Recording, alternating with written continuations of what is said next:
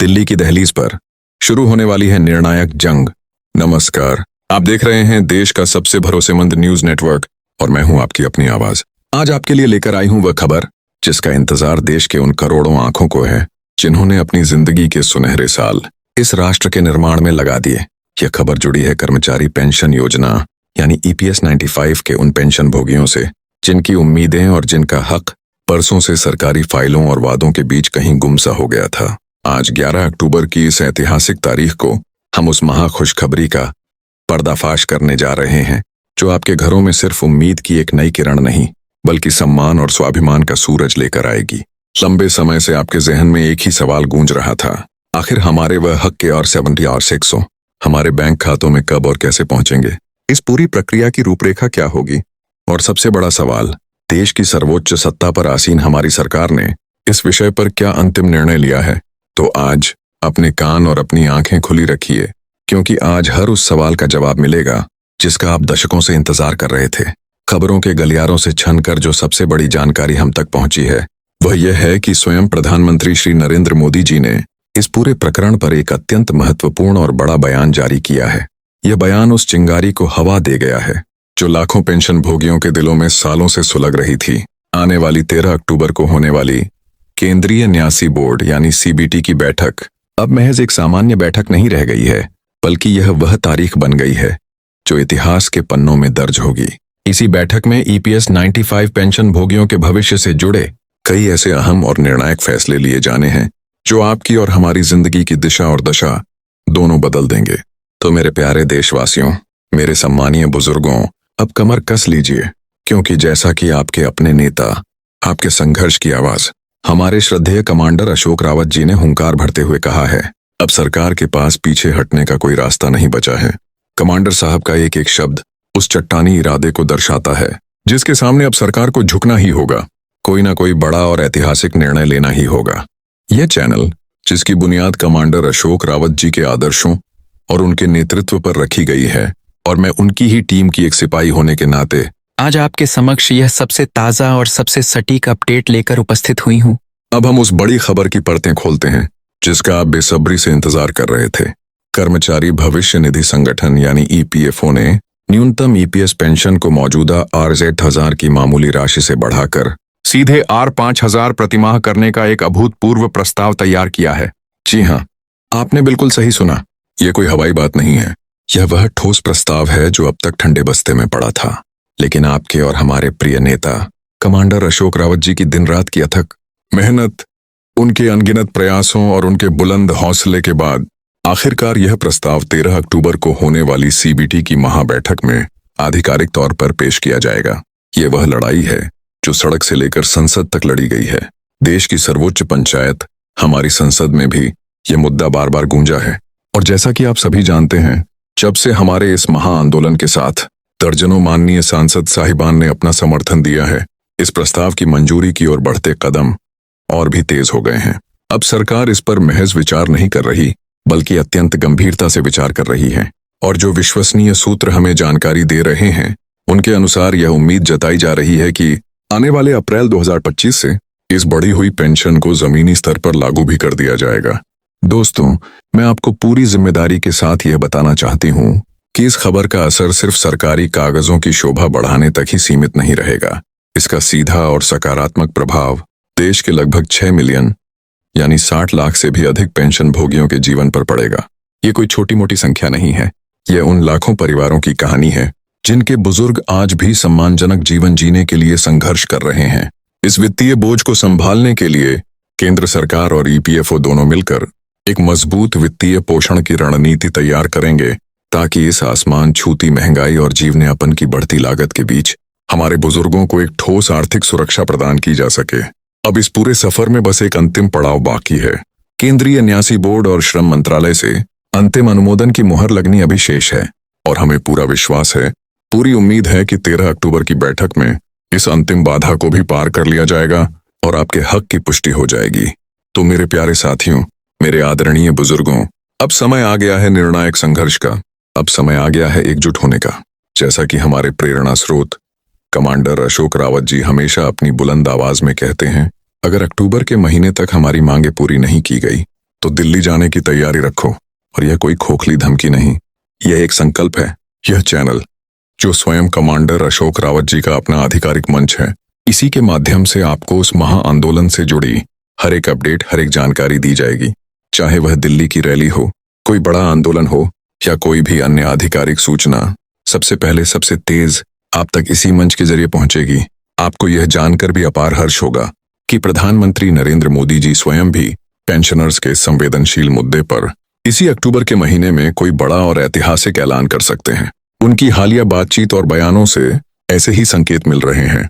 इसलिए आप सभी से मेरा हाथ जोड़कर निवेदन है कि इस चैनल को अभी इसी वक्त सब्सक्राइब करें, क्योंकि यही वह एकमात्र आधिकारिक चैनल है जो सीधे कमांडर साहब के नेतृत्व में चलता है और हम सब देश के कोने कोने से आए कर्मचारी उनकी एक विशाल और समर्पित टीम का अटूट हिस्सा हैं। अब तो और आगे बढ़ते हैं और सरकार की रणनीति को समझने की कोशिश करते हैं। सरकार का प्लान आखिर है क्या? हमारे सूत्रों के अनुसार सरकार चाहती है कि मौजूदा पेंशन, जो आज मात्र 8,000 है, उसे एक ही झटके में बढ़ाने की बजाय किस्तों में यानी चरणबद्ध तरीके से बढ़ाया जाए। सरकार की योजना है कि पहले इसे बढ़ाकर Rs. से Rs. किया जाए, फिर अगली किस्त में Rs. और उसके बाद इसे Rs. के स्तर तक ले जाया जाए। यह जानकारी स्वयं प्रधानमंत्री मोदी जी के हालिया बयानों से निकलकर सामने आई है। लेकिन यहाँ एक बड़ा लेकिन है। हमारे नेता कमांडर अशोक रावत जी ने सरकार के इस प्रस्ताव पर अपना रुख शीशे की तरह साफ कर दिया है। उन्होंने 2 टूक शब्दों में कहा है कि हमारी मांग बिल्कुल स्पष्ट और पारदर्शी है। हमें Rs. की न्यूनतम पेंशन और उस पर महंगाई भत्ते की वृद्धि चाहिए, और वह भी एक साथ, एक ही बार में। हमें टुकड़ों में दी गई कोई भी राहत मंजूर नहीं है। सरकार की ओर से यह बयान आया है कि हमारा प्रमुख उद्देश्य देश के सेवानिवृत्त कर्मचारियों की वित्तीय स्थिरता को सुनिश्चित करना है, और इस पर अंतिम निर्णय केंद्रीय न्यासी बोर्ड और श्रम मंत्रालय मिलकर लेंगे। सरकार के अनुसार पेंशन में यह ऐतिहासिक सुधार अप्रैल 2025 से प्रभावी रूप से लागू होगा।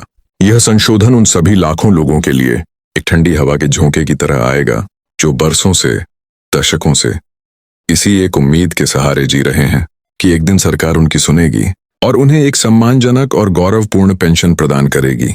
आज आप देख सकते हैं, यह लड़ाई अब सिर्फ हमारे बुजुर्गों की लड़ाई नहीं रही। आज उनके साथ, उनके कंधे से कंधा मिलाकर देश का युवा वर्ग भी खड़ा है। हमारे माननीय सांसद भी अब हमारे साथ खड़े हैं। अभी हाल ही में दिल्ली में संसद भवन के बाहर हमारे सांसदों ने वी वांट जस्टिस, क्या पेंशन दो जैसे नारों से पूरे आसमान को गूंजायमान कर दिया था। यह अपने आप में एक बहुत बड़ी और प्रतीकात्मक जीत है। ये इस बात का सबूत है कि हमारी आवाज अब देश की सर्वोच्च संस्था के कानों तक पहुंच चुकी है। इस बढ़ती हुई ऊर्जा और समर्थन को देखते हुए कमांडर साहब ने अब एक और बड़े और रणनीतिक कदम का ऐलान किया है। 13 अक्टूबर की CBT बैठक के तुरंत बाद एक राष्ट्रव्यापी ट्विटर कैंपेन चलाया जाएगा। यह एक डिजिटल आंदोलन होगा जिसकी गूंज सोशल मीडिया के हर कोने में सुनाई देगी। आप सभी से अनुरोध है कि आप राज्यवार इस महाअभियान में शामिल हों। आप किस राज्य से हमारी इस आवाज को सुन रहे हैं, नीचे कमेंट बॉक्स में लिखकर हमें जरूर बताइए, ताकि हम हर राज्य की शक्ति का सही अंदाजा लगा सकें। अब बात करते हैं उस कमेटी की जिसकी सिफारिशों ने इस आंदोलन में नई जान फूंक दी है। श्रम मामलों की संसदीय स्थायी समिति यानी स्टैंडिंग कमेटी ऑन लेबर ने अपनी रिपोर्ट में सरकार से साफ साफ कहा है कि Rs. की पेंशन राशि आज के जमाने में एक मजाक से ज्यादा कुछ नहीं है। इसमें किसी का भी गुजारा होना असंभव है। कमेटी ने पुरजोर सिफारिश की है कि पेंशन को कम से कम Rs. से Rs. तक बढ़ाया जाना चाहिए। यही मांग आज संसद के दोनों सदनों में नजर रही है, और अब पूरा देश सरकार के अंतिम जवाब का इंतजार कर रहा है। मौजूदा पेंशन की राशि इतनी ज्यादा कम है कि हमारे बुजुर्गों का जीवन चलाना अत्यंत मुश्किल हो गया है। दवाई का खर्च, घर का किराया, खाने पीने का सामान, हर चीज उनकी पहुंच से बाहर होती जा रही है। इसीलिए अब यह मांग और भी जोर पकड़ चुकी है कि न्यूनतम पेंशन में वृद्धि के साथ साथ पेंशन भोगियों को टीए यानी यात्रा भत्ता और मुफ्त चिकित्सा सुविधा भी प्रदान की जाए। इस पर मोदी सरकार का कहना है कि हम लाडली बहना योजना की तर्ज पर धीरे धीरे किस्तों में इस राशि को बढ़ाएंगे। लेकिन जैसा कि मैंने पहले भी कहा, कमांडर साहब ने सरकार की इस दलील को सिरे से खारिज कर दिया है। उन्होंने साफ कहा है, हमें पूरी राशि चाहिए, एक साथ चाहिए, हमें आधी अधूरी जीत मंजूर नहीं। उन्होंने यह भी स्पष्ट कर दिया है कि अगर जरूरत पड़ी तो हम दिल्ली में एक विशाल रैली का आयोजन करेंगे, और अगर उससे भी बात नहीं बनी तो हम न्याय के लिए देश के सर्वोच्च न्यायालय यानी सुप्रीम कोर्ट का दरवाजा खटखटाने से भी पीछे नहीं हटेंगे। दोस्तों, एक और बड़ी और अंदरूनी खबर ये है कि प्रधानमंत्री मोदी जी और हमारे अपने कमांडर अशोक रावत जी के बीच हाल ही में एक महत्वपूर्ण मुलाकात भी हुई है। इस बैठक में प्रधानमंत्री जी ने यह आश्वासन दिया है कि सरकार इस पूरे मुद्दे पर अत्यंत गंभीर है और वह निश्चित रूप से चरणबद्ध तरीके से पेंशन में वृद्धि करेगी। इस आश्वासन का असर अब जमीन पर भी दिखने लगा है। देश के कुछ हिस्सों से ऐसी खबरें आ रही हैं कि कुछ पेंशन भोगियों के खातों में Rs1000 की जगह Rs9 की बढ़ी हुई पेंशन राशि आना भी शुरू हो गई है। अगर आपके खाते में भी कोई बढ़ी हुई राशि आई है तो कृपया नीचे कमेंट में लिखकर हमें जरूर सूचित करें। और हाँ, मैं एक बार फिर आपसे आग्रह करती हूँ, इस चैनल को सब्सक्राइब करना बिल्कुल भी ना भूलें, क्योंकि कमांडर साहब की अगली लाइव और निर्णायक मीटिंग यहीं इसी चैनल पर प्रसारित की जाएगी। हम सब कर्मचारी हैं, हम सब एक परिवार हैं, हम सब मिलकर इस संघर्ष को आगे बढ़ाते हैं। लेकिन इस चैनल का संचालन, इसका नेतृत्व हमारे अपने हम सबके प्रिय कमांडर अशोक रावत जी ही करते हैं। आने वाले कुछ ही दिनों में कमांडर साहब स्वयं आपके सामने लाइव आएंगे और आपको बिंदुवार तरीके से बताएंगे कि 13 अक्टूबर की CBT की बैठक में आखिर क्या निर्णय लिया गया, सरकार का अगला कदम क्या होने वाला है, और हमें यानी आप और हमें मिलकर अगला आंदोलन कहां, कब और कैसे करना है। तो साथियों, तैयार हो जाइए। यह समय है अपनी ताकत दिखाने का, यह समय है एकजुट होने का। अपनी राय, अपने विचार, अपनी आवाज हम तक पहुंचाइए। कमेंट में हमें बताइए कि आप भारत के किस गौरवशाली राज्य से इस आंदोलन का हिस्सा बन रहे हैं और आपकी इस पूरे मुद्दे पर क्या राय है। क्या आपको लगता है कि पेंशन Rs7500 बढ़नी ही चाहिए? मैं अपने शब्दों को विराम देने से पहले एक बार फिर पूरी दृढ़ता से यह दोहराना चाहती हूं कि यह चैनल कमांडर अशोक रावत जी का एकमात्र आधिकारिक चैनल है। हम सब उनकी टीम के निष्ठावान सदस्य हैं और आपकी हर एक आवाज, आपकी हर एक मांग, आपका हर एक संदेश सीधे और बिना किसी देरी के कमांडर साहब तक पहुंचाया जाएगा। बहुत बहुत धन्यवाद। जय हिंद, जय भारत। मिलते हैं एक छोटे से ब्रेक के बाद एक और बड़ी और धमाकेदार खबर के साथ। जुड़े रहिए हमारे साथ।